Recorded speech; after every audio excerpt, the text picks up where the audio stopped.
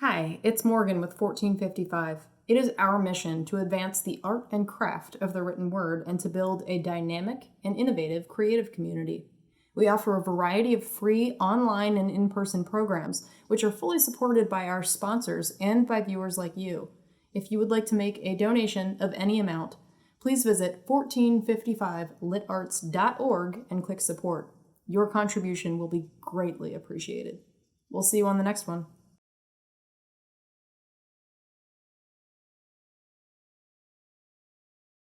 I think we are live on both platforms. We're live on Zoom. We're live on Facebook, on Hideaway's page, so that makes us official. Everyone that logged in on time, apologies for the delay. It's wonderful to be here. I'm Sean Murphy from 1455. I first want to thank Greg and Victoria from Hideaway, the Hideaway Cafe here in Winchester.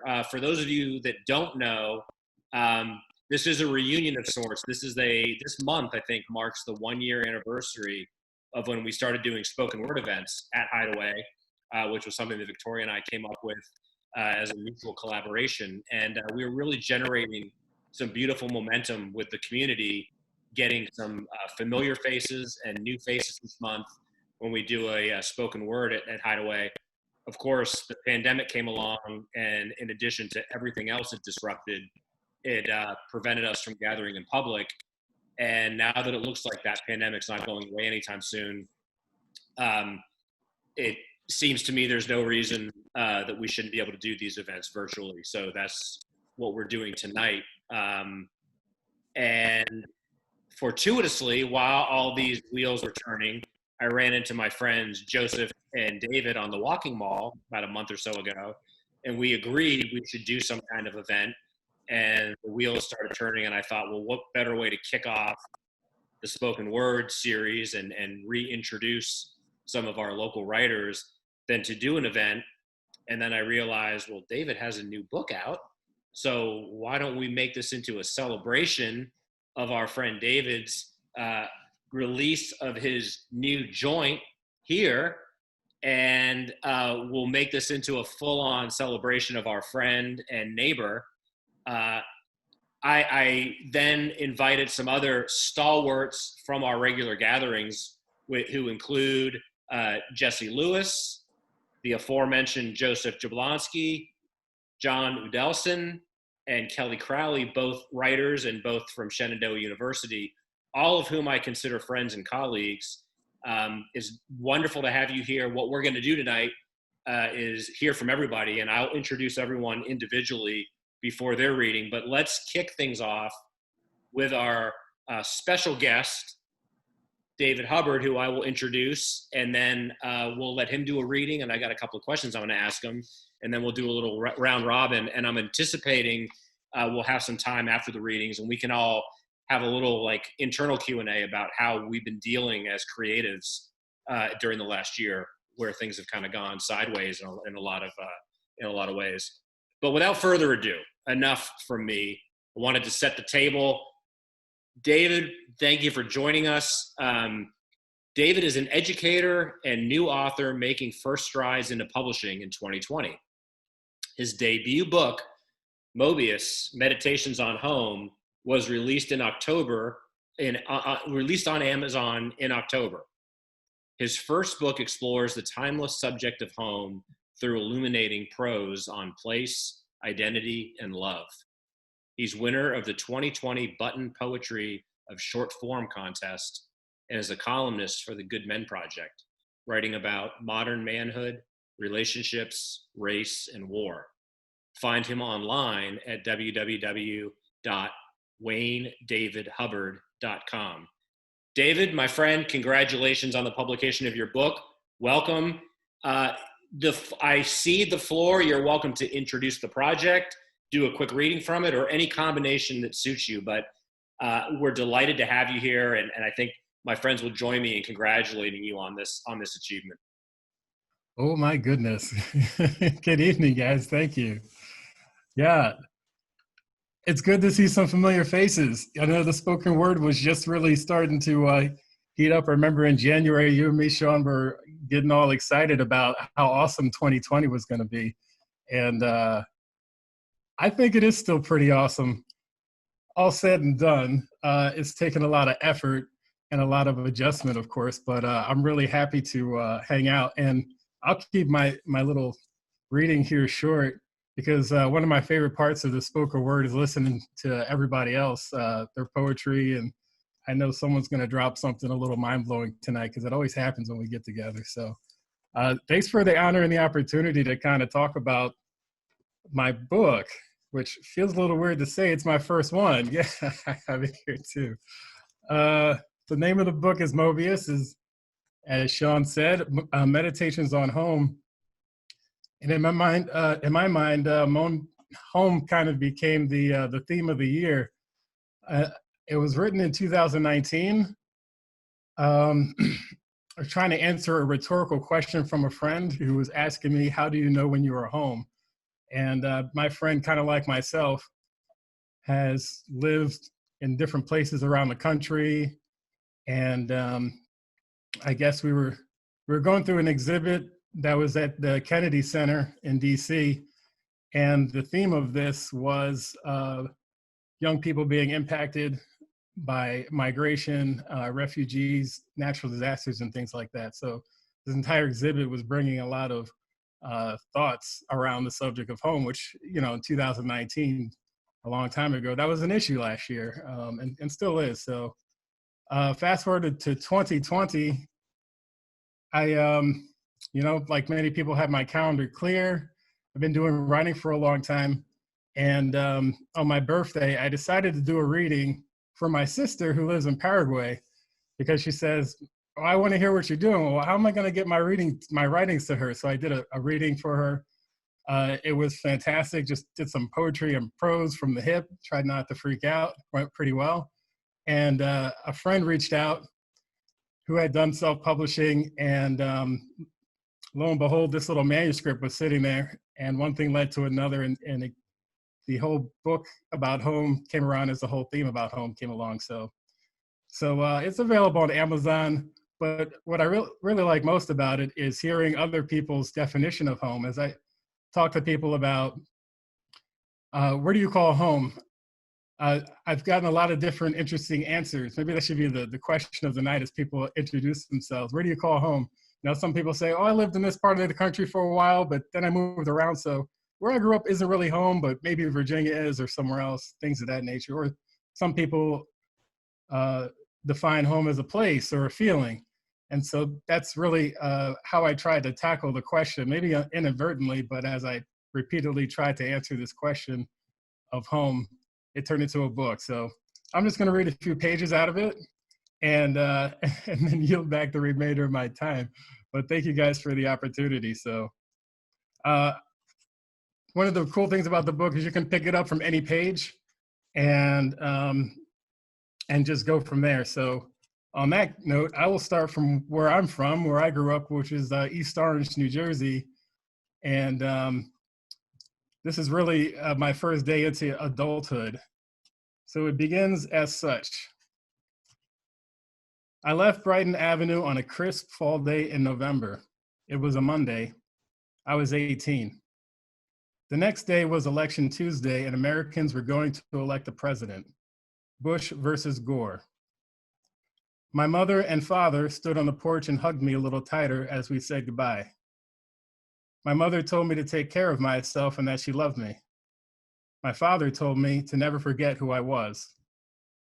The gravity of their words register only 20 years later, a season in which I have only met recent success with regard to both pieces of sound advice.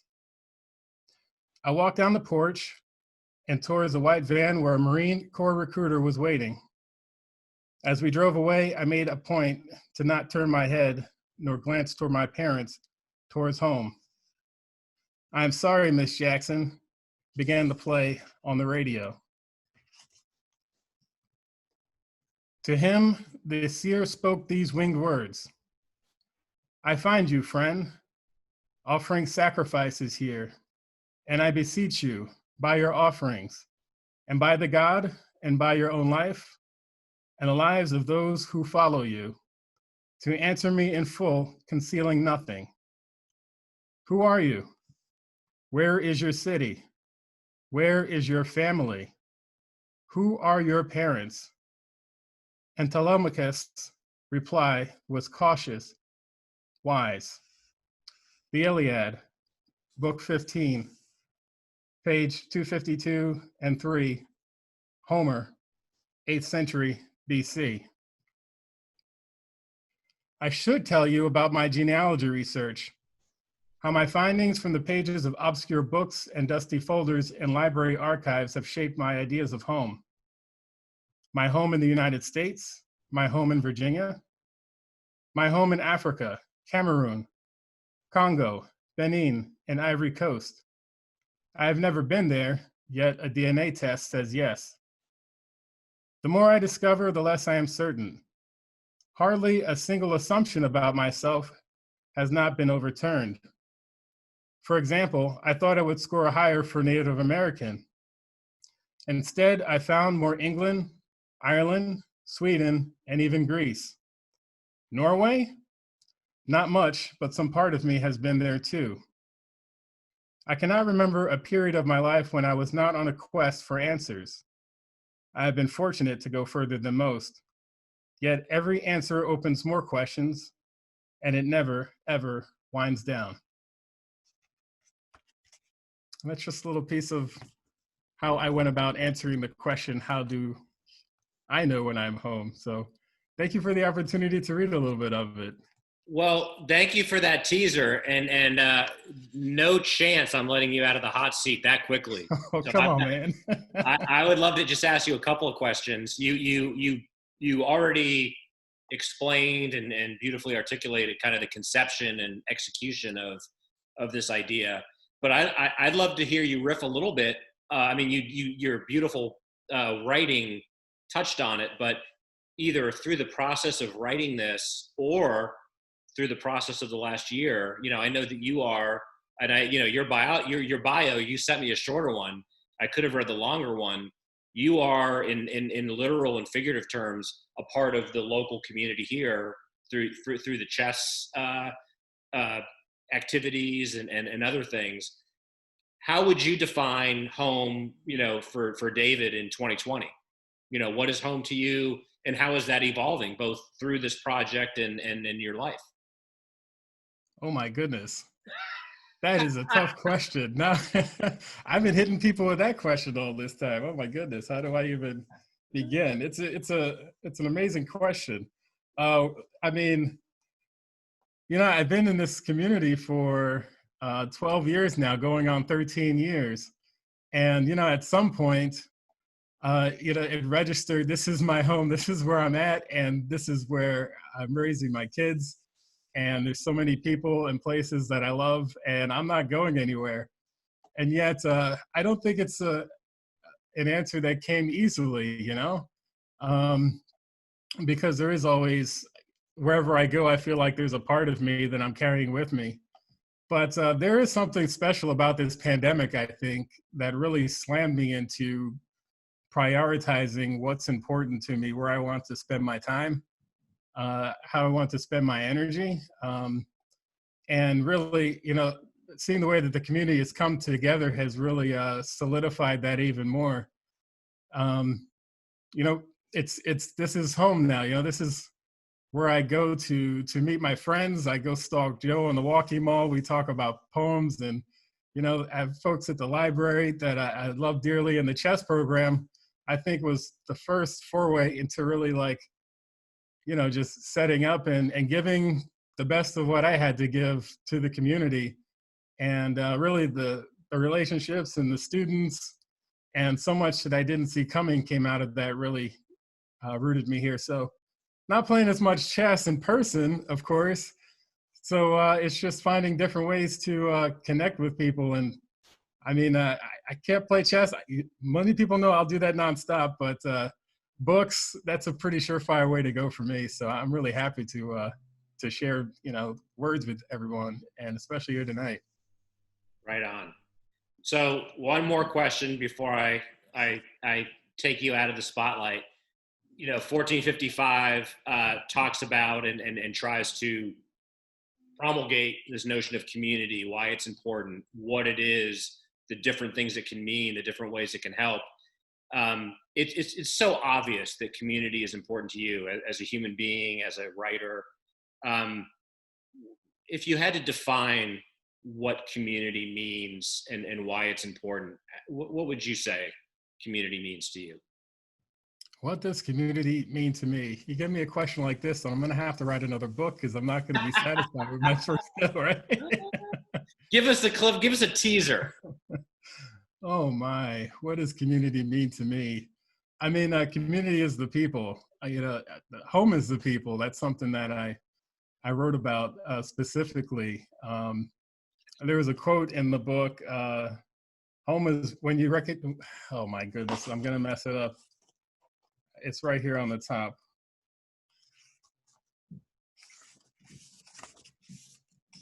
Home is where somebody notices when you're no longer there. That's a quote from one of my favorite writers, Alexander Hemon. And that's really how community is. You know, community is a place where people know that you're not there, you know, and there's no way to replace that. It's really hard to clearly define it, but you feel it here when it's missing, you know. So I think that's my answer. Well, that's a great answer. And, as everyone that's tuning in and checking this out can appreciate, David's a very soft-spoken, humble man, but he's a man of tremendous accomplishment and intelligence, and he's a brilliant writer. So those of you that are tuning in, this is a celebration of his work. I want to sincerely recognize and applaud in a year where we were really looking for bright spots and bright moments to connect ourselves and give us reason to remember that we're here to do good things and lift each other up. David's achievement was definitely inspiring to me, and I think a lot of other people. So I certainly encourage everyone to get a copy of this and support him and spread the word. David, it's your night, and I appreciate you as always, appreciate you sharing your words and your soul with us. Oh, thank you, Sean. And thank you for the literary festival that you managed to pull off during the summer. That was definitely a huge bright spot of my year. You know, just, I think we'll talk more about it, but coping, the poets, the poets have stepped up, the writers. I love just all the interaction. That's really been keeping me going through this pandemic. So hats off to you on the successful literary fest. Well, thank you. Definitely a labor of love. And also, I think what I've learned certainly this year is if you are in need of community, especially during times when community is not easy to be intimate with, you need to find ways, by any means necessary to foster that and create it and maybe think outside the box. And I think those of us that have, you exemplify this, but I think all of us can speak to no is not an acceptable answer regardless of what's going on in the world. So as creatives and those that love community, we need to find or reinvent ways to make that happen. And frankly, tonight I think is testament to that. I won't take any credit other than just knowing that technology, for all the foibles and all the myriad ways we can critique how we're connected to our devices and it prevents connection. There are ways that this technology can help us at least approximate what we had at our spoken word. And I think it's safe to assume we'll be back to normalcy at some point. But in the meantime, this certainly is a lot better than shutting everything down and hoping things get better. So tonight is very much a celebration on all those fronts. And speaking of celebration, I'm going to reserve the right to make our first reader the second most important. Well, there's no ranking, but the second celebration and very recent celebration is our dear friend Jessie Lewis, who has recently become a proud mama bear. Wow. Talk about giving us something to feel great about in 2020. Jessie, yeah.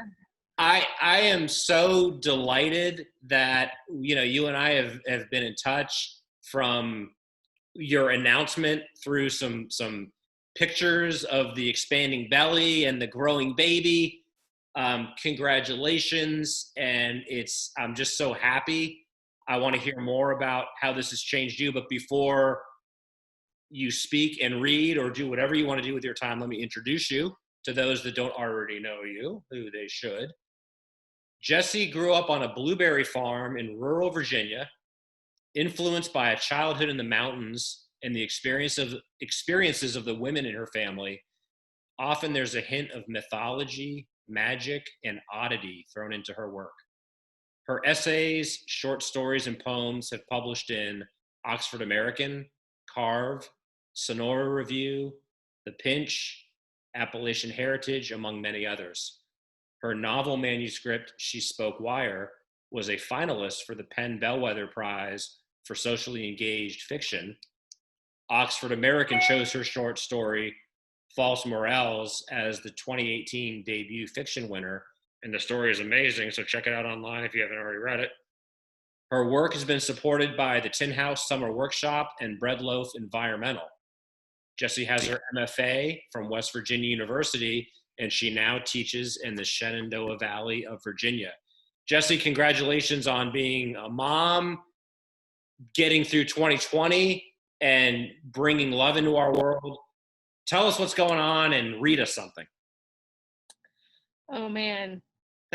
Yeah, so much is going on. Let's see. I had our daughter Lena on the 9th, so not that long ago. And having a baby during a pandemic, that's a weird thing. That's a strange thing. Having a baby anyway can be a weird experience, but having a baby during a pandemic is a very strange experience. So it was very interesting. And that was what was the coolest thing about it is it having a kid during such a weird time.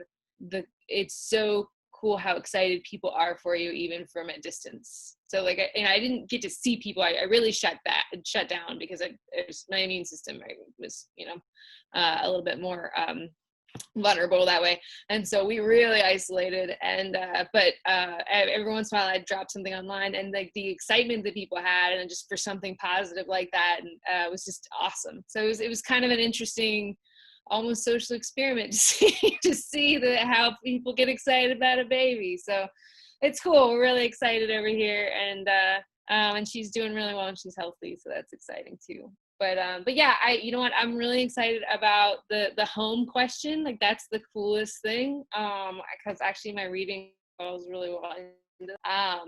I moved back home from graduate school, and so the blueberry farm I grew up on, I now live back in that area, and I grew up in a house right next to my grandmother who helped raise me as a kid. And so I've been really focused on her recently with other stuff that I've been writing, and so this is an essay that it's a little bit old. It was my Carve one from a while ago, but I figured I would read a little bit of that one, and then that'll fall really well into our theme for tonight. All right, so this is, I'm gonna make sure I time myself so I don't go too crazy here. This essay is called For the Soup. All right. I hang the oven mitts on the cedar wall of our little cabin. For the first time since we moved in, I asked to the air, "What do you think of those there, Oma?" I haven't talked to my grandmother yet since moving into her house. It feels right to ask, in case something of her voice is left behind, in case she needs an invitation to answer from the other side. Instead, the mitts drop and a large piece of false trim falls. I catch it midway down. The nail finds the sink. Then quiet. There is no answer from Oma, except perhaps the ball in my hand. I write finishing nails on our growing hardware store list and avoid speaking out loud to her again for as long as I can muster. I try to remind myself that it's important not to place too much meaning on trim. During the day, I write at the end of her dining room table, laptop out. At times, I realize I'm staring right at the seat where she used to paint.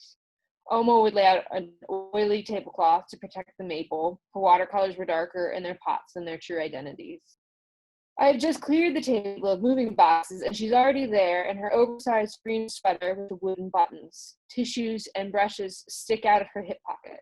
But I know she isn't truly there. I know when she left Earth, she was so ready to pass on to something else, she refused water. Even when I held a heavy sponge to her mouth, she'd clamp so that the commissures at the corners of her lips tightened.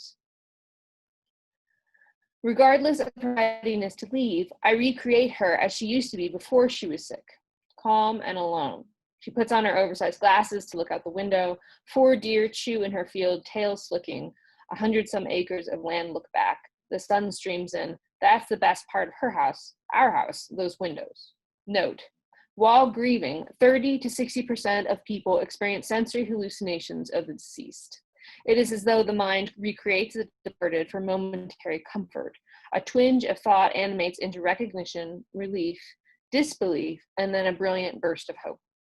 It was nearly impossible to break up her things when she didn't return from the hospital. We were also polite to each other, 9 family members stepping around her paintings, Austrian books, and Brazilian leather. There was evidence of her childhood, of the war, of her family's time in Brazil, of her brother's family. Guns, ammo, machetes, jars, brushes, and paintings of cardinals. I took her soup mugs that she had always used when she made cream of broccoli. When I'd later break them out of the cupboard in the old townhouse a state away, I'd say to the air, "Thanks for the soup, Oma." My husband was first blinked at me when I talked to the ceiling. Then he started chiming in too. He had loved her thick accent and frankness, the way she liked his old school mother, and his affinity for snake plants. Eventually, our thanks to my missing Oma just became something we said as a soup eating ceremony. Then we moved, and her bowls went home. They found their old spot right there on the top left shelf of the small cabin kitchen. I almost moved them to a different shelf out of worry that this would never be my kitchen. It was suddenly unnerving to thank my dead grandmother for the soup, and it took me a few days before I talked to her memory again. Yet she hadn't lived here for over a year. My brother and his family did instead. Someone needed to be in the empty house to keep the pipes from freezing and the structure useful. They were the first to figure out the complexities of living in her rural cabin and struggled with the waste disposal especially. They kept trash bags in the back of a pickup truck until raccoons learned the score. When my brother and his wife left for promising jobs, my husband and I were conveniently looking for a place to anchor. A week after they packed out, we packed in. Though we have been living here for a week, the raccoons still wait for a forgotten bag of trash left in the yard so that they might party under a full moon, licking cans and chew on boxes of Chinese leftovers. I thought the raccoons would have given up by now with the source of celebration gone. But they leave footprints on the hood and windshield of my Jeep. They drink from the bird baths and leave the water muddy. It's odd, but I'm almost relieved to see their evidence. Proof that time has passed, waste produced, life ingested. I am not claiming my grandmother's house, but a house that belongs to many. She will not be returning from one of her long trips to Brazil. She will not walk into the bedroom surprised that her heavy antique bed has been replaced with our cheap double on a metal frame. She will not ask why the picture of our wedding tent hangs by the fridge. Note, very little can be assumed about grief hallucinations because they are so hard to study and document for consistencies. Though for most, it seems that the hallucinations somehow reveal something about what's missing, what's lost. I'll go ahead and stop there because that's a good little break. Thank you so much, Jesse. And again, I'm thrilled that timing worked, that everything was able to happen and you were able to participate in this. And you're such a trooper. Like, there just wasn't any question. You're like, yeah, I'll be there. So I think we'll have time to do a little round robin. So yeah, we can hear more because you certainly have some very relevant, maybe more so than most of us in terms of ties to this area and talking a little bit more about home and what has or hasn't changed. So more from you later, please. Sure. Yeah. All right. Next up, the co-guest of honor in terms of the impetus for this event. It was both serendipitous and fortuitous that I bumped into these gentlemen.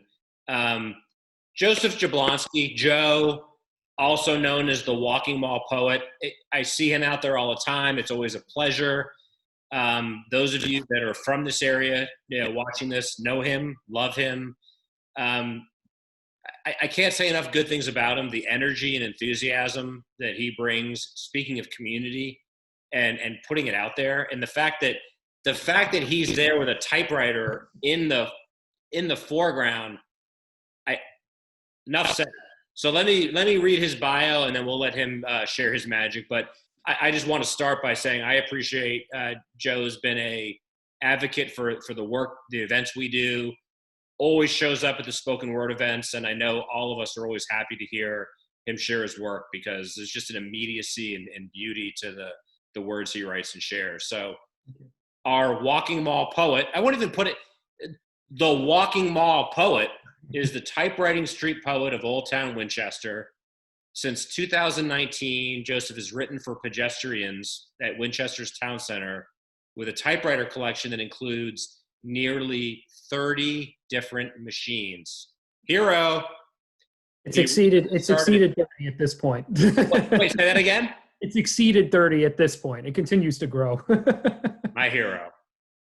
He recently started a Twitch-based streaming show entitled Morning Words, where he typewrites live every morning at 7 a.m. Eastern Standard Time, clearly channeling Whitman, in my opinion.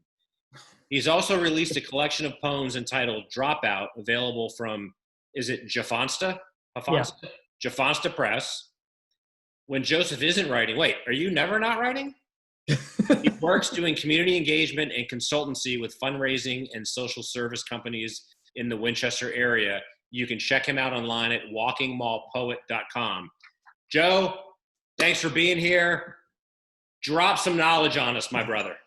Thank you so much. Really appreciate it. I'm so glad that we all met on the walking mall, and that's where kind of the impetus happened with this.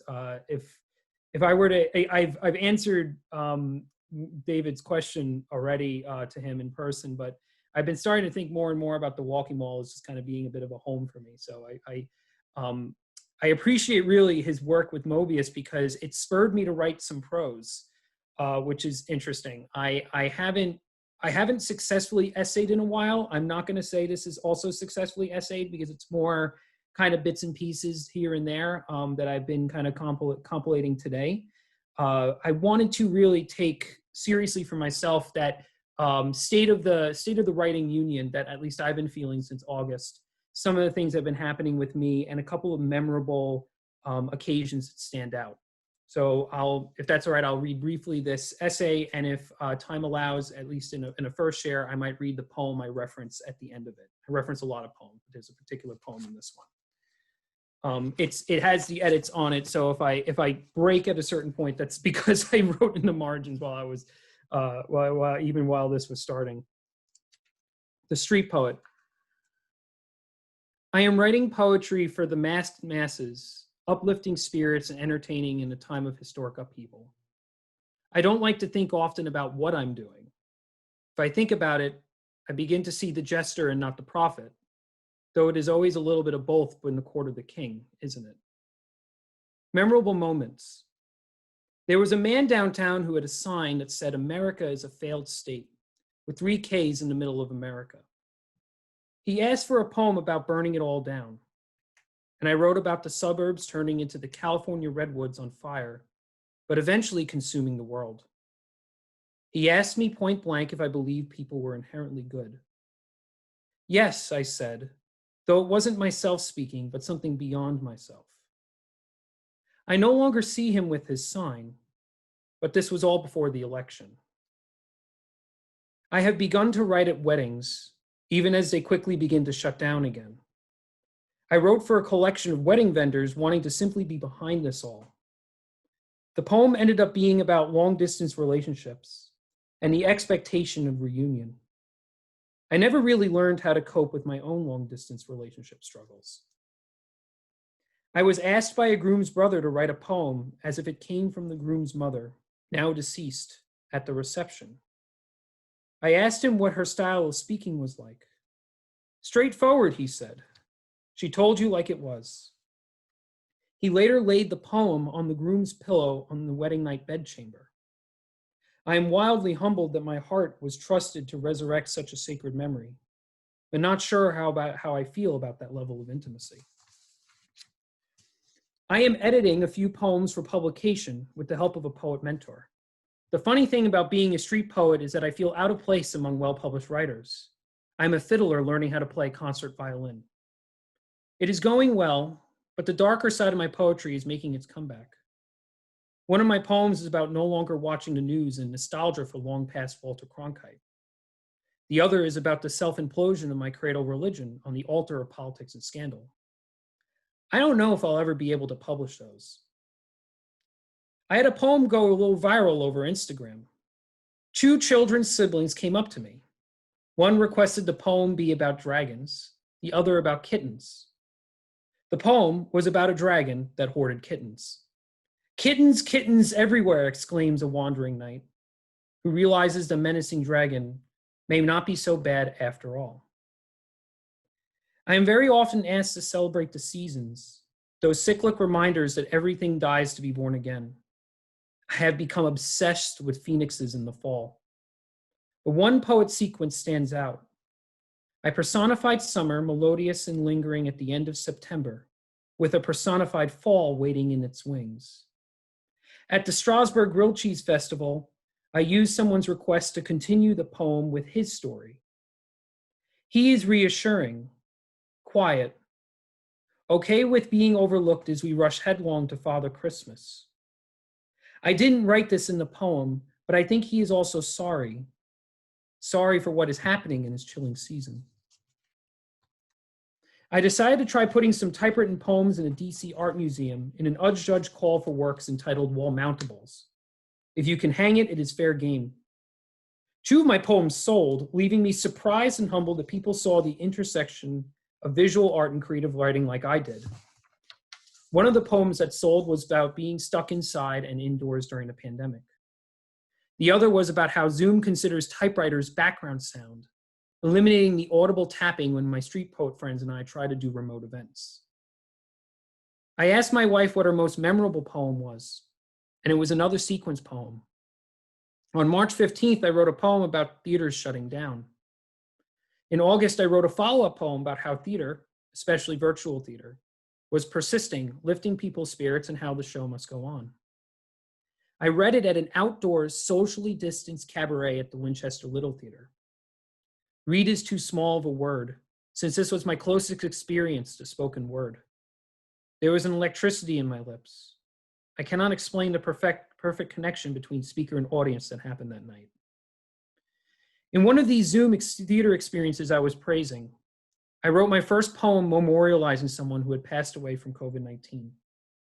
I knew it would eventually happen, a scepter as fateful as death itself. But I did not expect it to take as long as up to last month for this topic to come up. The woman asked me to remember her brother-in-law with an uplifting poem. And I wrote celebrating beautiful skies, family gatherings of years past. I opened my essay tonight about being something between or maybe both jester and prophet. All art suspends itself between the truth in its harshest form and the real in the smiles. This poem about death in the pandemic was one of the hardest to write, but captures this. We are called to show people the sky, the dirt, the heavens and the earth of it all, real and uplifting. Maybe this is being a street poet in a pandemic. I'm still, and will always be, learning.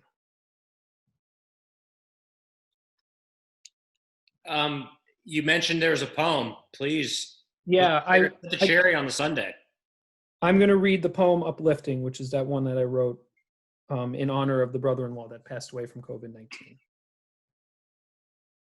Uplifting. The bluest of blue skies, clouds as shapes as we create the world around us, is full of the updrafts of hope. Rainbows after storms, smiles through the dark days, stories of those before us who loved so much of this all and still hold it in our hearts.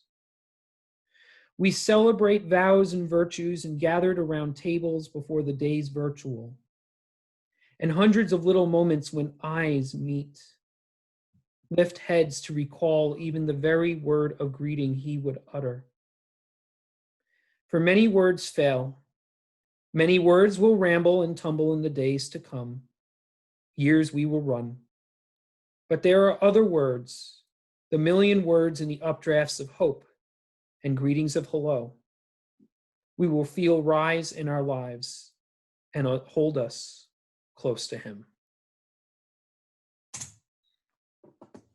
Joseph, you so obviously are connected to the bards of old times, and you're using your gifts, clearly very much in the here and now, which to me means you're steeped in tradition and carrying that tradition into the present time. So as always, I thank you for just your indefatigable energy and passion. And I'm certainly glad to know you and I'm continue to be inspired by you.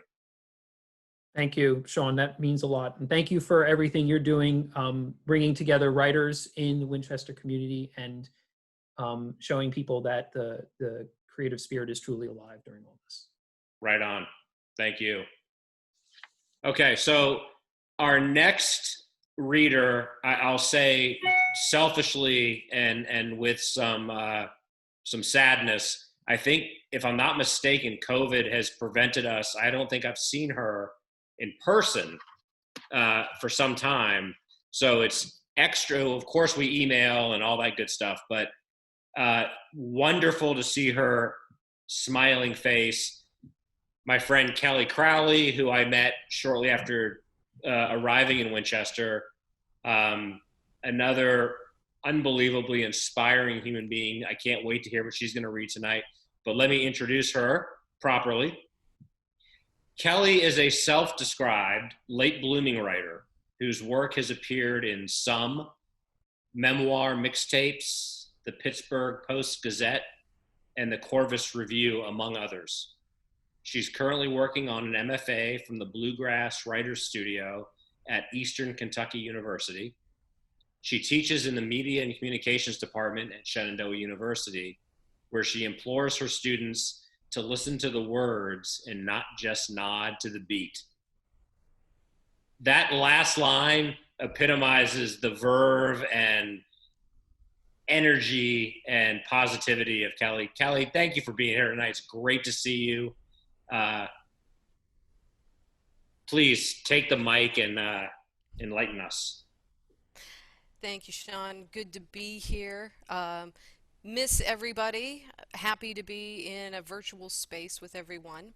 I'm going to read a little bit of Flash that I wrote that is actually reminiscent of both what Joe and David have been talking about, a little bit about art, a little bit about home, but with a slightly different twist to it. This is called All That Matters, and it begins like this. I own a piece of art the size of a 60-inch television. It's a living thing in my living room. The graphite shimmers on the paper like heat rising from blacktop. Long, sinewy lines rise and twist. It's a mind map of California's Highway 1. It's like an MRI of the state's spine, ligaments, roads, bones, and beaches. I see my favorite things when I look at it. My husband, our life, infinity, and pencils. You can see anything when you look at it. It's my giant Rorschach test. I still hide things from my mother. I used to hide cigarettes and bodice rippers. Now I hide my art, my music, my travels, and my NPR bumper sticker. There's always the gaudy talk, the disapproving eye roll, the "you weren't raised around things like this," and my favorite, "I don't know when you got all uppity." My friends are flippant. It's your house, your walls, and your mortgage. Who cares what she says? The daughter who got writing lessons and tutors and books, all because her mother scrubbed other people's toilets. No matter how old I get, who I was and who I am keep punching each other in the face until I'm too tired to care. She shook her head when she considered the lines and the indentations. So this is what you bought in Carmel. I nod and say nothing. Carmel, that's where Clint Eastwood was the mayor, right? I smile and nod. We study it together quietly, just as people do in a gallery. She eyed it like a Sotheby's appraiser. So how much did you pay for that?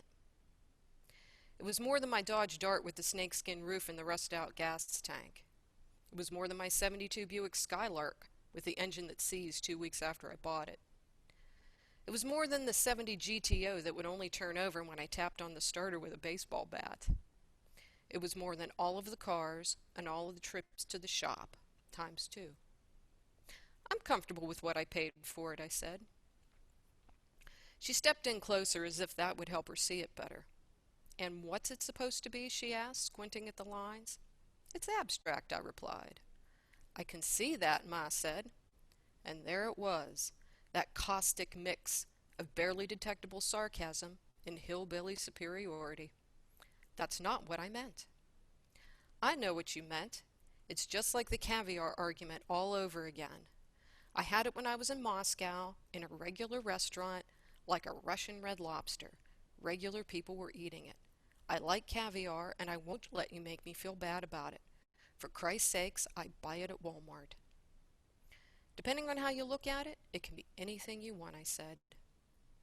The top part looks like Woody Woodpecker's head, my dad chimed in as he carried the duffel bags to the guest room. I totally see that, Daddy, I called after him. After all these years, how does he become the one with the open mind? Well, if you like it, she said, I guess that's all that matters. Did you make coffee? She turned from the drawing and walked back to the kitchen. I remembered that you used to like things that were new and different. The Polaroid SX70 land camera, the Betamax, the Commodore 64.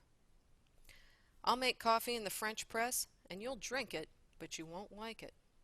You might say it's all that matters, Ma, but it never feels that way. She called to me over her shoulder without looking back. If you paid more than $50, here it comes. And Daddy thinks it looks like Woody Woodpecker's head. Please don't say it. I'd say you got ripped off. I paid way more for it than that, Ma, I mumble. Way more than that.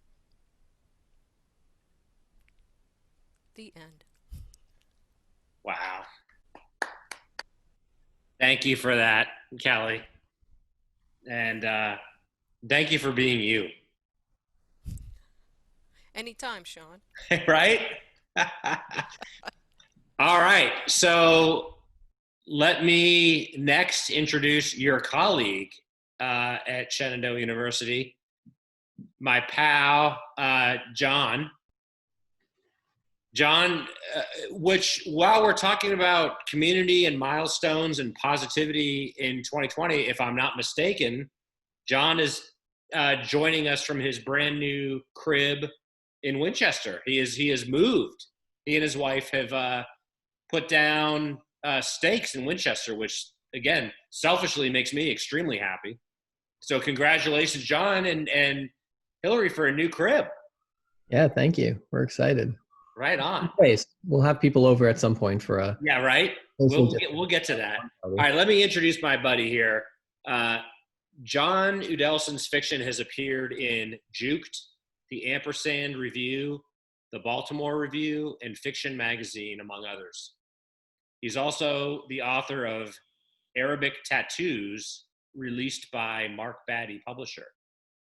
A graduate of the City College of New York's M.F.A. program in creative writing and University of Louisville's Ph.D. program in rhetoric and composition, Jon proudly serves as an assistant professor of English at Shenandoah University, and his scholarship focuses on writing, literate development, pedagogy, and ideologies of craft. He lives in Winchester, Virginia. Jon, thank you for being here, and it's great to see you. I haven't seen your handsome mug in a while. Yeah, no, it's great. It's great seeing everybody. It's great seeing you, Sean. Thank you so much for putting this together. Thank you for all the things you put together. And also thank you for putting me last up behind all these fantastic writers. No pressure there at all. I appreciate that. So I'm just going to read a few pages of a short story that's part of a linked collection that I'm working on. You know, characters sort of coming in and out of stories, things that you learn in other stories popping up in the ones that you're reading. So yeah, hopefully it goes, and hopefully eventually I will get done with this linked collection. This is called The High Ground. Troy Carls and I sat side by side in the micro, where he told me about a movie, or about something else I began to think didn't happen to him. A robbery at the world-famous dealership his story went, the mass transport of trunks full of syringes, terrorist or humanitarian intrigues, a plan to be stopped or executed without error. He spoke fast and I scribbled on my napkin, gone full stain with ink, unable to keep the plotline straight. But I was into it, into all of it. Troy recognized my need to know and knew I couldn't get enough. Get my next one, he said, or I can't keep going. Well, what do you think I did? Not even a thank you. The other side of Troy's story went like this. Either off camera or behind his back, which won the award for biggest back in all the worlds, another plot veered in the direction plots tend to veer. A man, possibly a woman, maybe a group of them, maybe not, but who no one knew, who had nothing to do with nothing but their own dreams about time and the human contraption, bunkered down. They built a bomb of clocks and gears, of chemicals and percussion. They built it for reasons apart from the plot contained within the frames feeding through the projector of Troy's mind, the audio track zapped through the speakers of his mouth. They built a bomb for reasons all their own. I know this because scenes before what would have been the climax, when after much deliberation the players Troy spoke of finalized their grand maneuver, or their maneuver to stop the maneuver, the syringes emptied, the blueprints laid out, the targets, possibly the sick or possibly the healthy, all accounted for. The bomb detonates, somewhere close enough. An explosion fills Troy's screen. He tells it like it is. Everyone we knew to feel anything about is suddenly dead. The end. It was quickly becoming the only story we knew how to tell. There was no point in asking more. Where did you see all this? I asked Moore. My attempt at figuring out how much of this wasn't actually not real. From the high ground, Troy said. Where else? Troy would be dead and gone inside of 4 months. I knew this then the same way I knew everything. People I spent my entire life sitting stool high next to now turned jelly around me, and others whose names I had only heard before and whom I barely believed real started saying I could prophesy after dosing from the micro's dirty taps. But the truth was simpler, for me, for us, back then, for how we were. It was more that from atop the crag of time, I felt the present with the soles of my feet, my toes curling over the edge. One step farther, and it was all air. Not that anybody ever listened to me, and thank the Redeemer for it. I wanted no part in helping anyone carry the imbalanced weight my words would have in their heads. I decided to keep it a secret from Troy, though looking back, I'm sure he knew. Don't you guys have a gig tonight, he asked. We had changed subjects a while ago from what was either that movie or obscure angle of Troy's life, but no matter how much I tried, I couldn't remember the intervening conversation. It might have been about those mysterious giants who, for reasons I didn't understand, had abruptly started hiding from me. I thought on his question, then patted around my body for a phone to text our Screamo lead singer, Scout, but remembered it had been a long time since I owned a phone. I hope there's a show. Troy looked giddy, and I truly believe I drank that night with the last true mosh pit king. He sat there, round-bodied and thick-fisted, mostly bald at almost 20 in a way that made him look strong, my height despite hunching lower on his stool than I did on mine. I really want to punch that fuck, he said. Never had I punched anybody in my life, and I wondered which fuck Troy was talking about, and I wondered why he wanted to punch them. The Pit's reference, a ritual of fraternal, even intimate touching, I've learned. But I never understood them, no matter the number of them I've presided over on stage. Perhaps that knowledge would have been the solved puzzle piece that finally gave form to what's otherwise an image of Troy in scatter. I wish I could ask him now, but he settled into the one place I won't look. It turned out we did have a gig that night, but not at the micro, though it was there that somebody finally let me use their phone to call the band. That somebody turned out to be Troy. He hadn't let on that he had a phone, so I bought him rounds while I mapped out our next moves. This information floored me, really, never in my wildest. Normally I would be mad, harbor a spiky grudge. But because I knew of his impending death, I instead sat there impressed at Troy's ability to keep it together while he ripped me off. Why does it feel like true progress only ever comes at the end? You know where the place is, right? Scout did her best to not give me directions over the phone. Forever skeptical about all the electricity in the air, she loved reminding me that it's not actually voices you hear on the other side of the call. I told her I didn't think so. Then you'll have to drive around, she said. It's close by, a little over from you, that way I think. But I told her I couldn't see, however she was gesturing with her hand. Scout sighed. Don't worry, she said, it doesn't matter. She paused, then finally, you'll find it.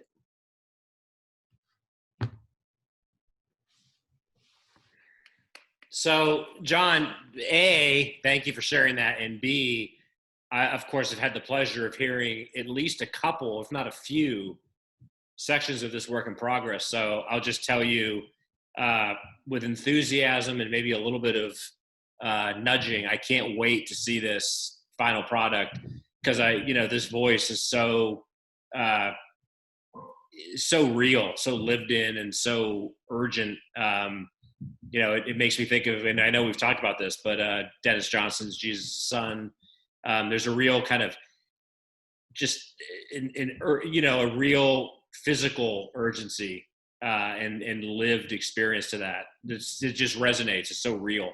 I hope art must come in its time. Do what you got to do, but man, finish that book so we can all read it.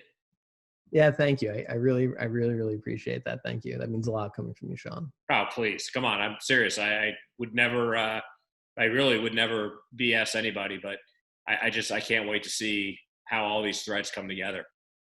Thank you. So thanks for sharing that. So as always with spoken word, if you're the MC, you've got to have skin in the game. So in honor of the occasion, the home theme, I've got a couple of poems or a few poems. I've got an obligatory current events poem, a couple of Winchester poems, and then something to take the edge off. So as briefly as possible, I'll share some recent work. The first one, like I said, is and I don't say this lightly, but maybe the obligatory response to events of the last several months since we were all together in person. It's called As the Obituary Section Gets Bigger. Remember when you'd read the obituaries and it was a decision, meaning you had to open up that specific section of the paper? You didn't do that? Me neither, but bear with me. I'm making a point. That news, the news, was easier to ignore in an analog era when we picked and chose what sources we let inform us. Nuggets of insight like the toys and cereal boxes, crammed in between colorful ads, some of them promoting unhealthy activities endorsed by athletes and actors and the types of unbelievable faces fabricated in a laboratory called Hollywood. The thing is, not much has changed, but now everyone can make news and the rest of us have no choice except to navigate through this stream, each of us alone in boats being drawn irresistibly away from the reality we once depended on, the way our ancestors in ancient times knew if they sang the appropriate songs and made sacrifices in necessary numbers, the sun would welcome each new day. Celestial clockwork scientists were burned for construing. Their non-obituaries an official statement that said, don't do this, or you know all you need to know. The world already too full of noise and knowledge for anyone to contend with. And the one thing, the only thing we knew was that all of us would be gone sooner than we'd like. Wherever it was or wasn't, we were headed after, and it was entirely up to the ages to observe if it cared to commemorate lives lost like revenue and outmoded business models. Which brings us back to obituaries and how we keep an account in this disconnected age where everything is right in front of us in real time, news that's impossible to contend with, even as some of us die trying. And when you scroll down the page looking for anything but insight, not everything is fit to print. And who prints anything anymore? Updates on the new faces being manufactured, bought and sold as proof of progress. Sports scores, or what the latest sort of scientists have to say about however the moon is moving the tides during your birth month. It's all but impossible to avoid that list of famous names who did enough to earn precious digital inches in the public record. And in these uncertain times where we know exactly what we can count on and, worse, what's coming down the runway, an unregulated plane with faulty parts taking out everything in its path. But please know it's not personal. This is just business as usual. Thus, it's difficult to deny an acknowledgement, the way popes finally stopped pretending a flat earth revolved around the sun.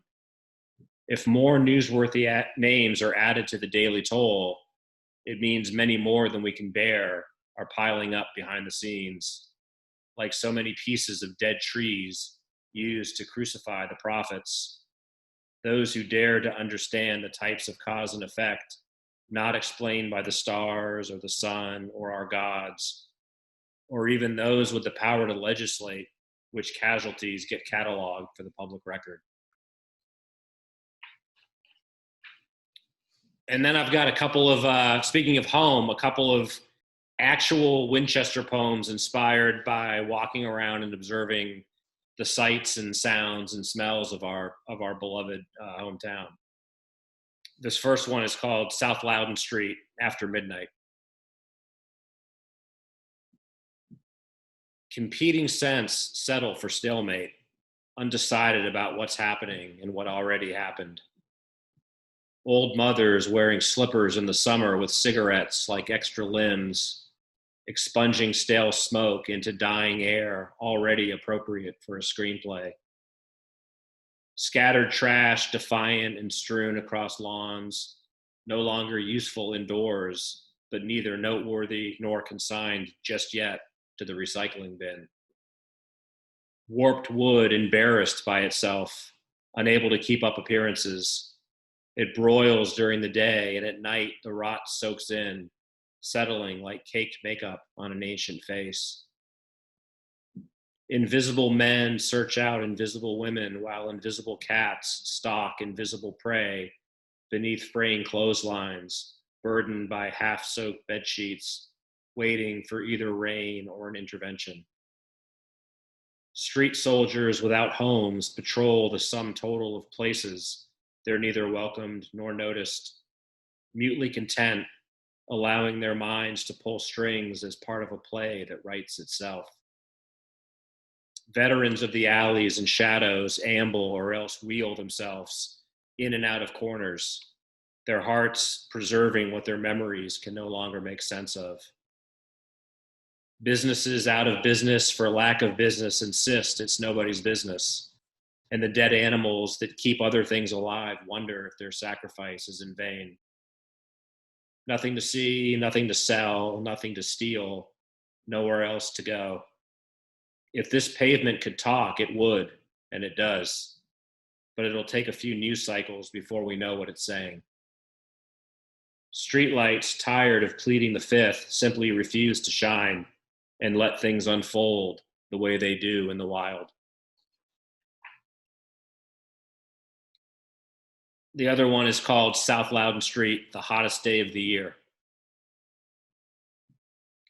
More forlorn warriors doing the road work that never begins or ends, a circuitous route to nowhere, the purpose.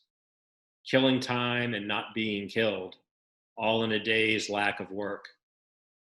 Wearing heavy coats on 90-degree days, warding off anything other than heat and begging all kinds of questions about capitalism, culpability, and the afterlife drugs are designed to imitate.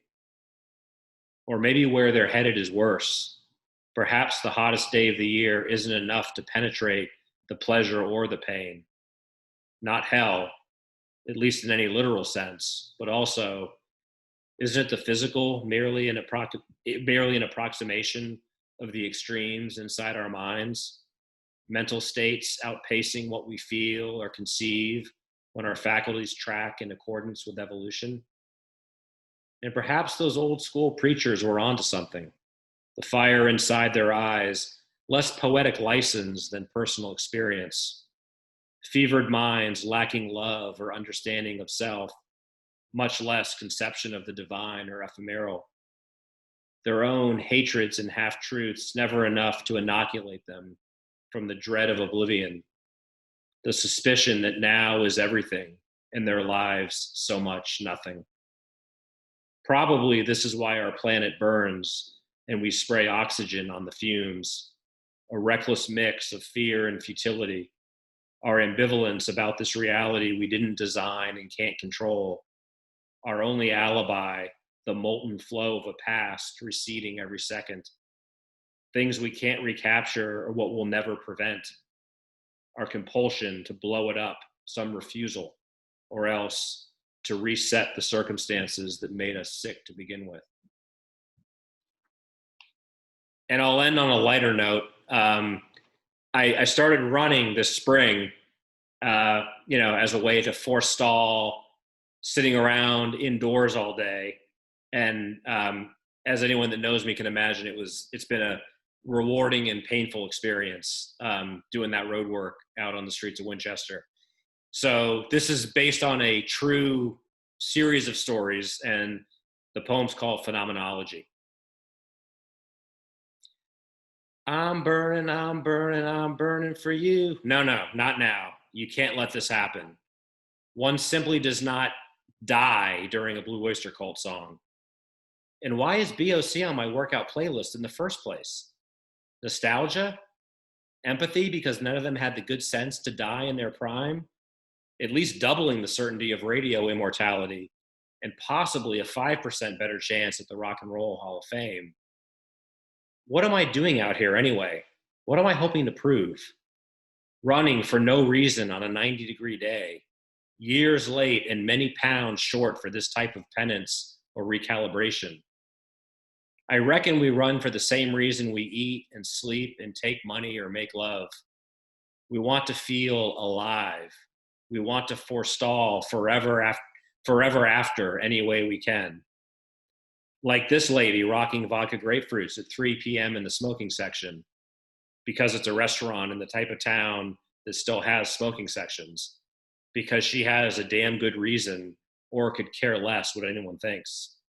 And she probably figured it's 10 p.m. somewhere in the world, and it's always 4 a.m. inside her liver when she wakes up with the night shakes and self-loathing, waiting for the kind of morning that's coming entirely too fast and taking forever. Yes, I'm judging you, I think, but don't worry. I'm judging myself too, wondering how much of this pain is already paid for, and how's my ticker? And can it push this blood around indefinitely if I make amends, like a Marine recruit counting miles until that mean motherfucker, his drill sergeant, my conscience, says it's okay to stop? There's blood in the streets, it's up to my ankles. Yeah, now we're talking. I could die during a Doors song, dropping to the curb like a lame imitation in a tribute band, a gesture of solidarity for Mr. Mojo Rising, his own death a tribute to the fat Elvis, or perhaps that was the other way around, bloated in some Parisian bathtub, allegedly, his worn-out heart attacking him entirely in self-defense, it must be said.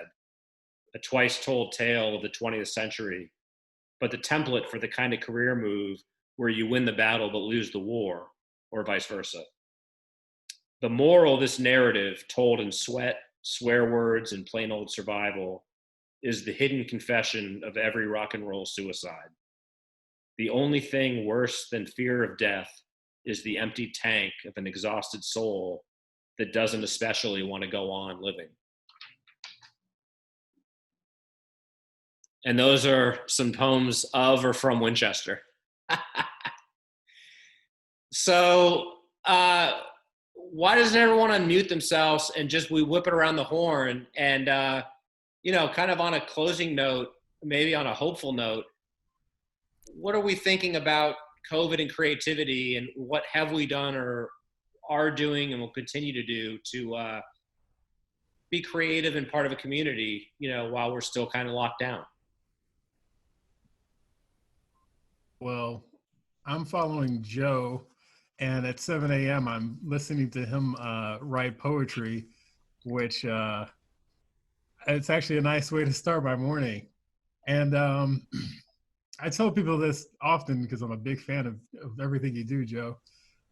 I don't know how you do it. How do you write a beautiful poem on the spot? It's a little bit miraculous, in my opinion. And so I think that's getting me going. Hear, hear. Thank you. Joseph, feel free to respond or retort or accept. You don't want, sometimes you don't want to know where I'm at and how many buttons my shirt has at 6:59 right before I turn on the camera. That's something I will mention. And I think that that's one of the things that I really do enjoy doing the morning streams on Twitch because it gets me going. But I think that just pouring out what you've got inside, and I know that sounds so trite. It sounds so trite, but I've been encouraging people that either are kind of feeling like they're creating in bits and spurts or not really sure where they are creatively to just write what they feel, and also to spur on anything. Like talking about those streams, we've riffed poems off of people's usernames, like weird, funky usernames on the internet, just because there's something inside of the human spirit that loves creating, that wants to create. There's also something inside of the human spirit that wants to see that creation. So we're kind of feeding and exchanging. I think anytime I'm lucky enough to be able to write something down on a piece of paper and hand it off to somebody, I built a connection, and those connections have come back and come back and have come back. And I think that the more that we are, even in the smallest ways, connecting even to just one person, whether it's over the internet, to somebody with the username KetchupGod3000 on the other side of the world, or if it's someone right down the street when we run into them on the walking wall. I think that's community and creativity for me. Beautifully said. Thank you, Joe, for that. What's your Twitch stream that I'm going to? Yeah, I just jumped on the Twitch to track you down, Joe. Yeah, I just tried to find. Walking Mall Poet. If you look up Walking Mall Poet on Twitch, you'll be able to find me there. It's just Twitch. I'll put the link in the chat. But yeah.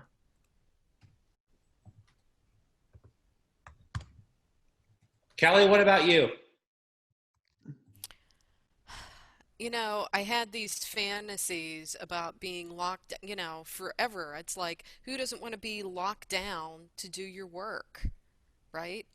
Yeah. It sounds like a creative dream. I've done nothing.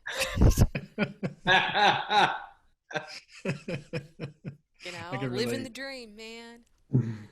So that's why, Sean, you doing things like this, and me getting to hear about all the other creative work that people are doing, it's just, it's inspiring, and you're like, yeah, I'm gonna get up and do this with Joe. So I'm, like I said, I'm getting in the Twitch right now because I'm like, I'm gonna be in it to win it, man. Yeah. So again, thank you for this. Well, thank you. And in all the programming we do, if you go to the 1455 website, I talk a lot about community, and I think everyone on this call, can attest. There's a lot of potential for cliche and triteness, but I think we're proving that it's very genuine. Writing is necessarily a very private and solitary endeavor, but why are we writing and why are we living if not to share the experience and connect and commiserate, particularly in times of strife and challenge. So, to me, building and celebrating this community is ultimately a very selfish act, because I certainly am inspired and energized by the creativity and passion of others, the generosity of a group. So I certainly appreciate the kind words, but I'm hoping that the energy of 1455 continues to be this real self-perpetuating and reinforcing positive energy, where we're all able to kind of remember that we're all important. The work we do is important. Feel motivated. Joseph getting up and doing that at 7 a.m. makes me feel lazy and sluggish. So that's good,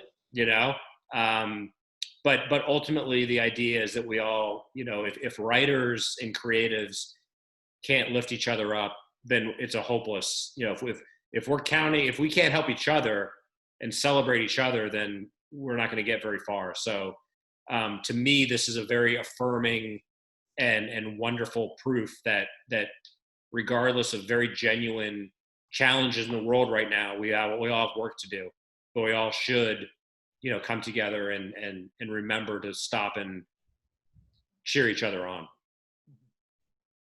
Yeah, totally. Hear, hear. Yeah. Absolutely. Jesse, John, any closing thoughts? Well, I'm with Kelly. I'm sorry, John. No, I'm please. with Kelly. I got nothing done myself, and I think that Yeah, think but it's you have an excuse, Jesse. We're creating in a lot of literal ways. Good point. Yeah, I'm the kind of personality though where I was like, oh, this is great. I'm gonna get stuff done because I have maternity.